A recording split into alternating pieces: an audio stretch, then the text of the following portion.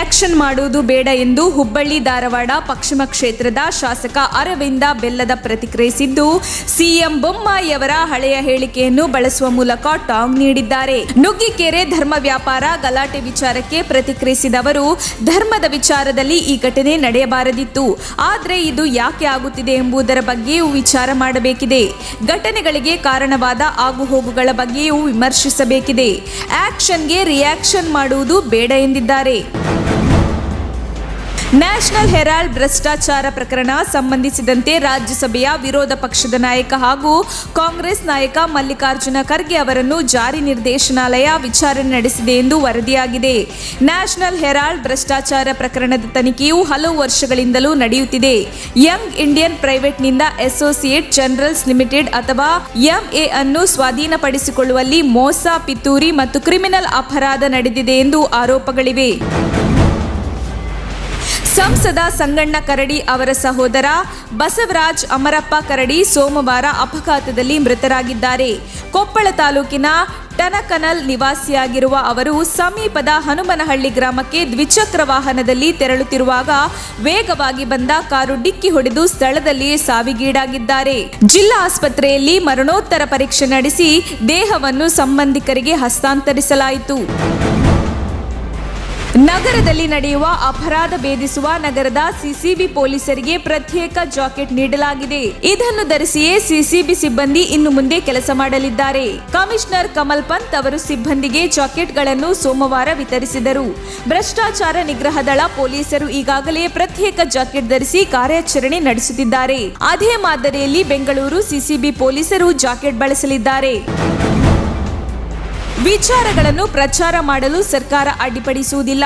ಆದರೆ ಕಾನೂನು ಕೈಗೆತ್ತಿಕೊಂಡರೆ ಹಿಂಸೆಗೆ ಇಳಿದರೆ ಸಹಿಸುವುದಿಲ್ಲ ಎಂದು ಮುಖ್ಯಮಂತ್ರಿ ಬಸವರಾಜ ಬೊಮ್ಮಾಯಿ ಹೇಳಿದರು. ರಾಜ್ಯದಲ್ಲಿ ನಡೆಯುತ್ತಿರುವ ಕೋಮು ಚಟುವಟಿಕೆಗಳಿಗೆ ಸಂಬಂಧಿಸಿದಂತೆ ಮಾತನಾಡಿದ ಅವರು, ಸಂವಿಧಾನಬದ್ಧವಾಗಿ ರಚನೆಯಾಗಿರುವ ಸರ್ಕಾರಕ್ಕೆ ರಾಜ್ಯದಲ್ಲಿ ಕಾನೂನು ಸುವ್ಯವಸ್ಥೆ ಕಾಪಾಡುವುದು ಗೊತ್ತಿದೆ ಎಂದು ಎಚ್ಚರಿಕೆ ನೀಡಿದರು.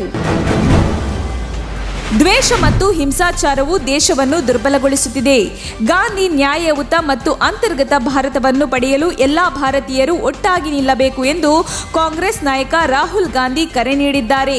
ದ್ವೇಷ, ಹಿಂಸೆ ಮತ್ತು ಬಹಿಷ್ಕಾರಗಳು ನಮ್ಮ ಪ್ರೀತಿಯ ದೇಶವನ್ನು ದುರ್ಬಲಗೊಳಿಸುತ್ತಿವೆ. ಭ್ರಾತೃತ್ವ, ಶಾಂತಿ ಮತ್ತು ಸಾಮರಸ್ಯದ ಇಟ್ಟಿಗೆಗಳಿಂದ ಪ್ರಗತಿಯ ಹಾದಿಯನ್ನು ಸುಗಮಗೊಳಿಸಲಾಗಿದೆ. ನ್ಯಾಯಯುತವಾಗಿ ಎಲ್ಲರನ್ನೂ ಒಳಗೊಳ್ಳುವ ಭಾರತವನ್ನು ಭದ್ರಪಡಿಸಿಕೊಳ್ಳಲು ನಾವು ಒಗ್ಗಟ್ಟಾಗಿ ನಿಲ್ಲೋಣ ಎಂದು ಅವರು ಕರೆ ನೀಡಿದ್ದಾರೆ. ಹಿಂದೂ ಮುಸ್ಲಿಂ ಸೇರಿದಂತೆ ಯಾವ ಧರ್ಮದವರು ಕಾನೂನನ್ನು ಕೈಗೆತ್ತಿಕೊಳ್ಳಬಾರದು. ಈ ಬಗ್ಗೆ ಎಲ್ಲಾ ಸಮುದಾಯದವರು ಯೋಚಿಸಬೇಕು. ಅದೇ ರೀತಿ ಕಾಂಗ್ರೆಸ್ನವರು ಸಹ ಮುಸ್ಲಿಮರ ಓಲೈಕೆಯನ್ನು ನಿಲ್ಲಿಸಬೇಕು ಎಂದು ಶಾಸಕ ಜಗದೀಶ್ ಶೆಟ್ಟರ್ ಹೇಳಿದರು. ಧಾರವಾಡದಲ್ಲಿ ಶ್ರೀರಾಮ ಸೇನೆ ಕಾರ್ಯಕರ್ತರು ಮುಸ್ಲಿಂ ವ್ಯಾಪಾರಿಗೆ ಸೇರಿದ ಕಲ್ಲಂಗಡಿ ಹಣ್ಣನ್ನು ಧ್ವಂಸಗೊಳಿಸಿದ್ದರ ಕುರಿತು ಮಾತನಾಡಿದ ಕಾಂಗ್ರೆಸ್ನವರು, ಶಿವಮೊಗ್ಗದಲ್ಲಿ ನಡೆದ ಹರ್ಷ ಕೊಲೆ ಬಗ್ಗೆ ಯಾಕೆ ಧ್ವನಿ ಎತ್ತಲಿಲ್ಲ? ಯಾಕೆ ಆತನ ಕುಟುಂಬವನ್ನು ಭೇಟಿ ಮಾಡಿ ಸಾಂತ್ವನ ಹೇಳಲಿಲ್ಲ ಎಂದು ಪ್ರಶ್ನಿಸಿದರು. ಬಿಜೆಪಿ ಸರ್ಕಾರ ಅಂದರೆ ಅದು ಸುಳ್ಳಿನ ಕಾರ್ಖಾನೆ. ಅಧಿಕಾರಕ್ಕೆ ಬಂದಾಗಿನಿಂದ ಬರೀ ಸುಳ್ಳುಗಳನ್ನು ಹೇಳುತ್ತಲೇ ಇದ್ದಾರೆ. ಸ್ವತಂತ್ರ ಭಾರತದ ನಂತರ ಹಲವಾರು ಪ್ರಧಾನಿಗಳು ಬಂದರೂ ಮೋದಿಯಷ್ಟು ಸುಳ್ಳು ಹೇಳುವವರು ಯಾರೂ ಬರಲಿಲ್ಲ ಎಂದು ವಿಧಾನಸಭೆ ವಿಪಕ್ಷ ನಾಯಕ ಸಿದ್ದರಾಮಯ್ಯ ವಾಗ್ದಾಳಿ ನಡೆಸಿದರು. ನರೇಂದ್ರ ಮೋದಿ ಅವರ ಸರ್ಕಾರ ಅಗತ್ಯ ವಸ್ತುಗಳ ಬೆಲೆ ಎದ್ವಾ ಏರಿಸಿದೆ.